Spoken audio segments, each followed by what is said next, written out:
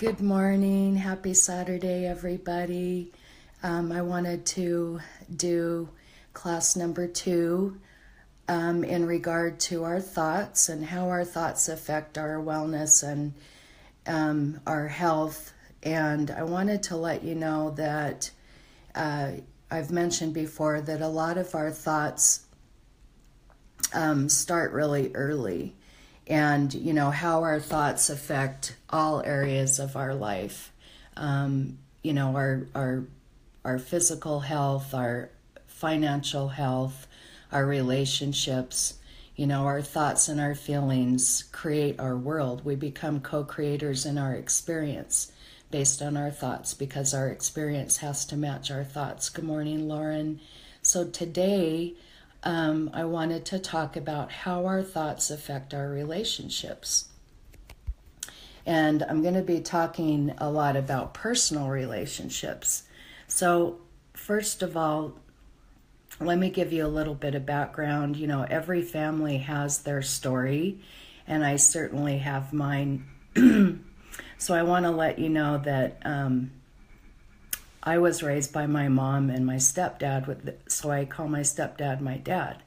And when I have talked to both of them, my mom and my dad, and they've shared stories with me about their moms and dads, it's just, there's no way around it, how their thoughts and their feelings also came from their parents. And I was able to have a relationship with my grandparents when I was young, but they passed away before my 20s. So anyway, I'm going to start with my mother, and she was raised by her stepfather and her mother. Well, my maternal grandmother was raised as a child in a foster home. And then, hi Marcus, and then with my dad was raised by his mother and his stepfather. Now, both of my parents were raised by alcoholics. Both of my parents were exposed to extreme violence and abuse and unspeakable things that happened when their parents were drinking. Now, if you take that back further, I don't know what kind of childhood or life my maternal grandmother had. I can only imagine being a foster child, some of the pain and suffering that she endured. And I don't know much about my grandfathers. And then for my dad, same thing. I don't know much about my grandmother's, his mom's childhood or his father's. So anyway, why am I mentioning this? Because, those life experiences of my grandparents, of course, affected their children's lives, so my parents' lives, and created a belief system for them about themselves when they were little. So when my mom was a little girl and didn't feel safe, and there were a lot of conditions on what made her lovable, she, as a child, we take those beliefs and we make them our own. So, I'm in a different place as an adult, I'd say over the past, 10 years or 15, but especially in the past 10, with my mother than I ever have been. But because of, her belief system and her belief system that started when she was a little girl, those beliefs were passed on to us as children, and this is true for all of us. So the belief system of our parents is passed on to us when we're little, and we don't question that.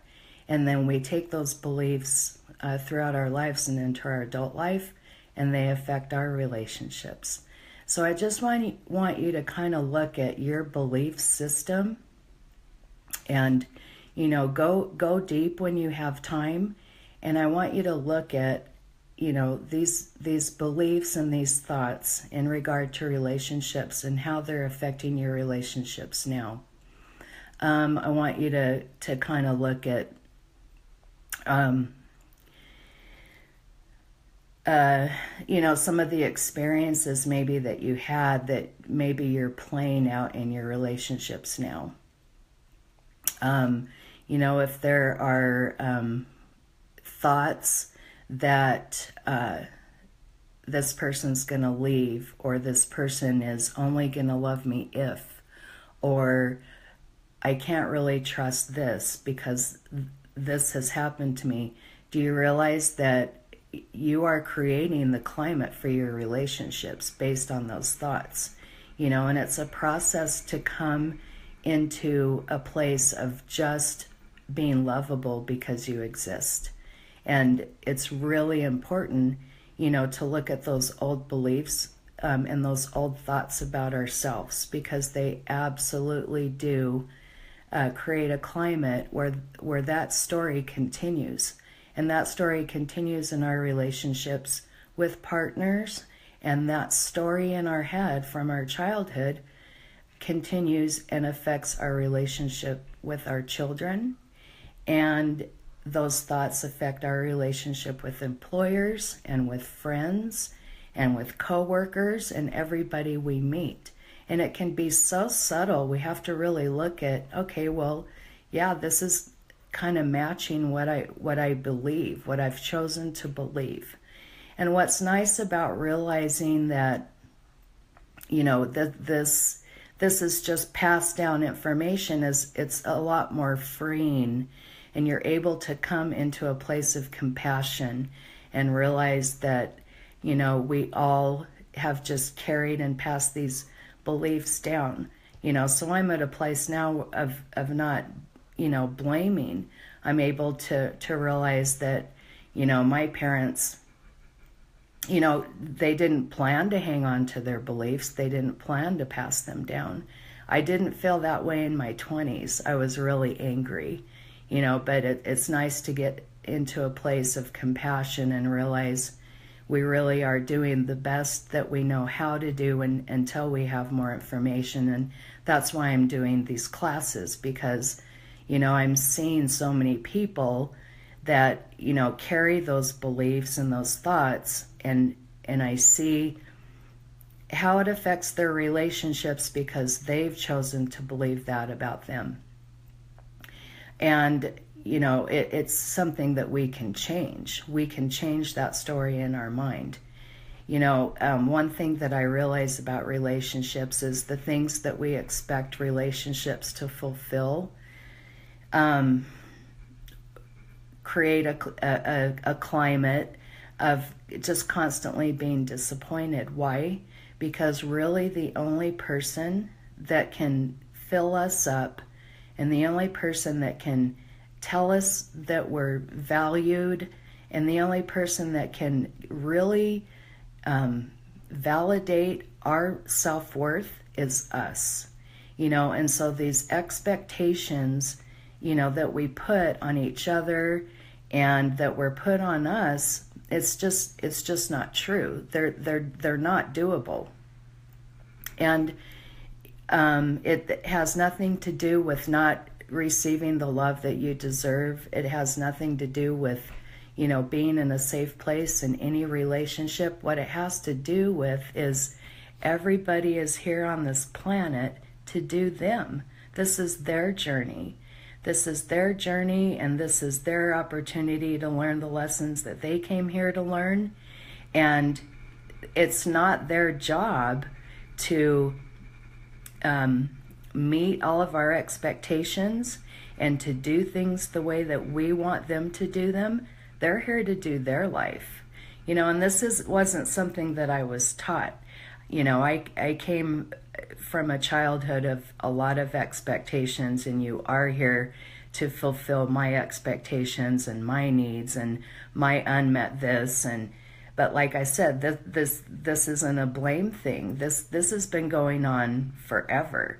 I mean, think about your concept of why we're here on earth. Think about your concept of your higher power.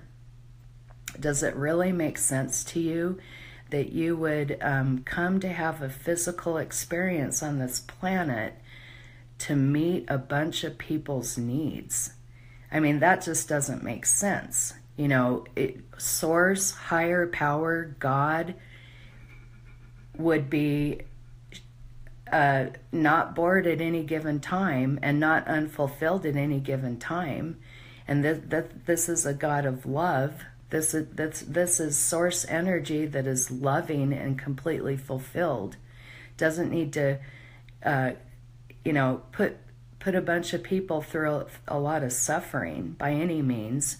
And, you know, it's just really important for you to kind of look at, why do you really think you're here?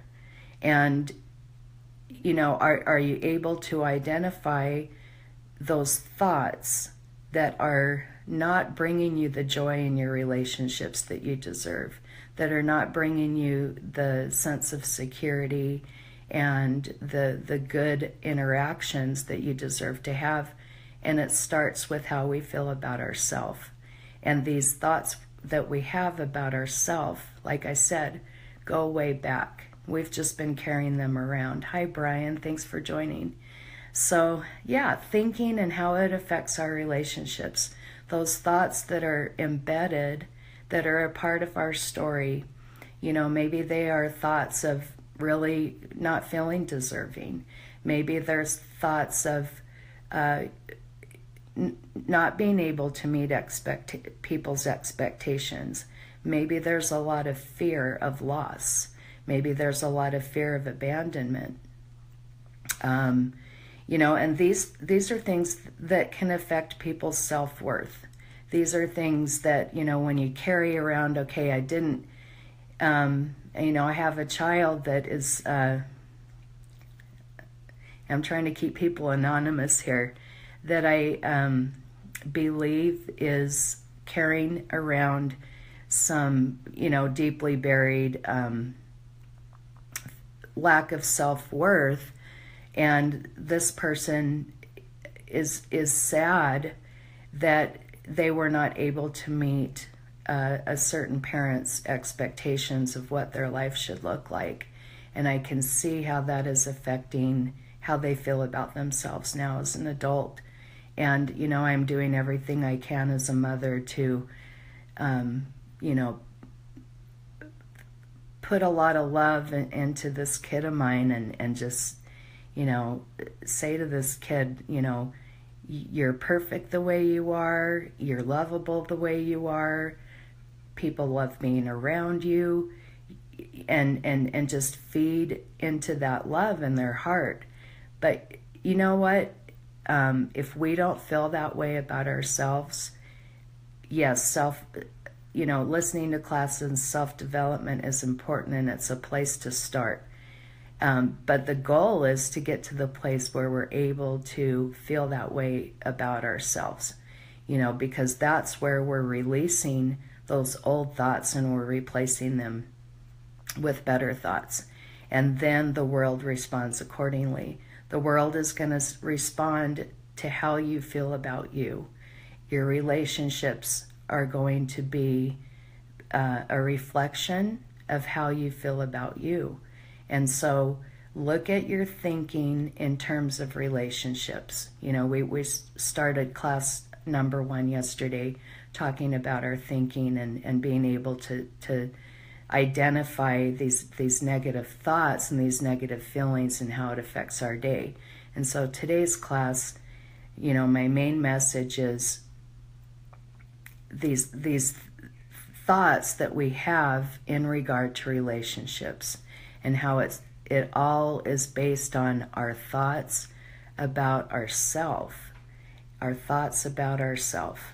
Now, I want to let you know that there are some really profound, wonderful things in regard to relationships that my parents taught me, and I have a lot of really wonderful stories that they've shared with me, but I wanted to share one with you that my mom told me last night. And what started the conversation was they finally watched Hidden Figures. My dad ordered it on Dish. So we were having this conversation, this three-way phone call yesterday about how much they enjoyed the movie and how smart these women were, and how, the launching of the rocket would not have been successful without these women, and it's based on a true story. And so then the conversation shifted, because I'm a child of the 60s, but my parents were young in the 60s. They were in their 20s, and they grew up in LA. And I did as well. So I'm talking to them, and my dad says to me, it was unbelievable to me in the movie that those women couldn't even drink out of the same coffee pot. And I said, yeah, I don't know how you guys lived like that back then. The segregation thing is just so dark and evil to me, and just unspeakably wrong. And so then my mom and I are talking, and I don't know, something just made me ask her, where did that come from, Mom, that you don't have a drop of racism in you? Because I'm so grateful that we weren't raised that way, and my children weren't raised that way. And so my mom, because that's just not normal for people, in their late 70s. It's just so hard to find, for me anyway. I just really needed to know, where did this come from? Because this is so cool that it's not in our family. And my mom said, when she was little, my grandma, her mom, would gather up with the neighbors and have coffee with the neighbors, and they had black neighbors and Hispanic neighbors, and it was just, it started with my grandma. And I don't know, how far back that goes, but it's because that's how my mother was raised, and that's how my father was raised. They had all types of friends of all different types of background. And I can remember when my daughter was little, I think she was in kindergarten, her best friend was black. And she would come home from school, and she would beg me to braid her hair. And she would tell me, I want my hair to be beautiful like my friends. And I mean, I could try to braid it in sections, but there's no way I could get it to look like her friend's hair. But, I have a very vivid memory of my now 24-year-old, at 5 years old, wanting her hair to look like her friends, and we all know the innocence of children. Kids are friends and like each other, and they like everyone, until an adult tells them differently. And so I just wanted to share an example, and there are many, of some thoughts that are healthy, that have been passed down, that I'm so grateful for. And all of our families are a mix. I'm trying to think what else I wanted to tell you guys about relationships. There's always going to be situations come up in any of our relationships that bring up pain. And it is a chance to look at, okay, what am I thinking about myself? And what am I really expecting out of this relationship? And being able to identify some of those old wounds and some of those old fears, and really identify how that continues to show up in our life story. It's a great place to start when something happens. Another thing I wanted to let you guys know is all of our relationships, all of them, partner, children, everyone, friends, employer, when things happen that make us sad, besides just realizing that we can choose our level of disappointment, and we can choose to just let people live their lives and realize this is their journey. They're here to learn their own life lessons. But we can also look at it as an opportunity to love no matter what, to love harder, and to just kind of love people where they're at, just right where they're at. Isn't that what we want? To just be loved right where we're at. And this is a really hard one because it's so ingrained in us to want people to change. It's so ingrained in us to feel very demanding about what needs we have in our relationships. It's very ingrained in us too. What are you going to do for me? Well, you're not doing enough for me. Well, you let me down over here. And have that anticipation of that disappointment. But think about if you could just love people where they are, just right where they are. And when the situations arise and people are not maybe all that lovable, love on them harder. Love on them harder. We all need to be loved where we're at. And the people that are really unlovable, you may have to love from a distance, but send them love anyway. Love is magic. Love is the life force for the universe. Love heals. Love is peace. Love is relief and a restful place. Love is surrender. And I'm not saying this easy. Again, this is a practice. It's working a different mental and emotional muscle. And it's also not saying that certain behavior should be accepted or condoned. It's all I'm trying to say is if you can just love people where they're at and send that love out, you'll be so surprised how much will change in that relationship. I think when we spend so much time feeling hurt, feeling angry, anticipating betrayal, we're sending out that vibration, and we just keep getting more of that back, and it just becomes a vicious cycle. And so when things happen, if we can flip those thoughts and those feelings to love, and just, even in the middle of a situation where you're feeling hurt, to be able to say, well, I really love you. There's the relief right there. There's the relief right there.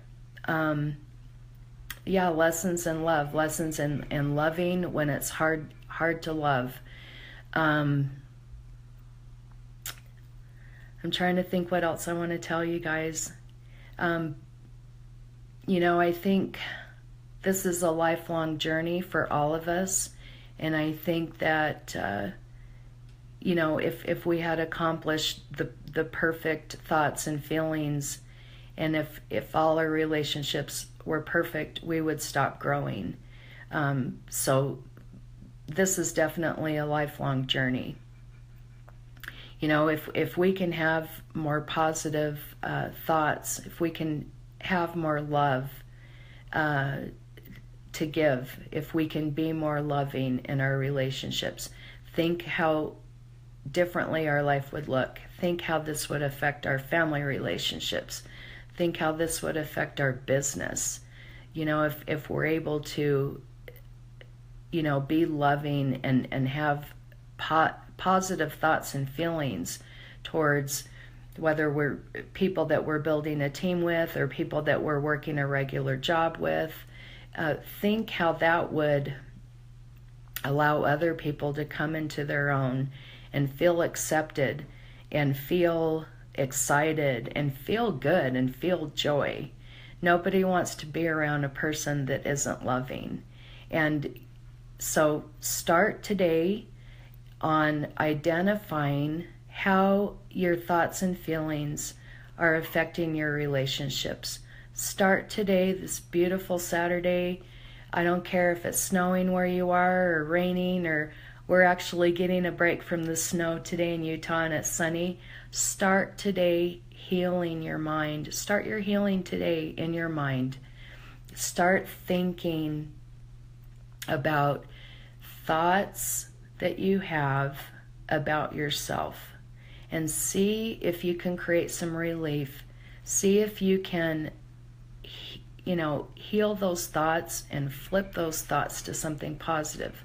Now, I'm going to tell you, it's going to be uncomfortable. Your ego is going to give you some resistance to it. If you are able to dig deep enough and peel the layers back enough to identify one negative thought about yourself, start there. Maybe it's, I'm unworthy. Maybe it's, I'm not good enough. Start there and flip it and say, I am valuable and loved just the way I am. And just observe the resistance that comes up, but continue saying it to yourself anyway. Let the ego settle down. It'll take time, and just keep saying that to yourself. Because if you are feeling unlovable, if you are feeling unworthy, how are you going to feel about other people? You're going to feel like they're not lovable. You're going to feel like they're not worthy. So it all starts with us. And I don't want to cover too much, so I'm kind of feeling inside that that's good for now. So let's make that our homework for this class, that we're just going to identify one thought that isn't loving about ourselves, and we're going to replace it with a positive affirmation.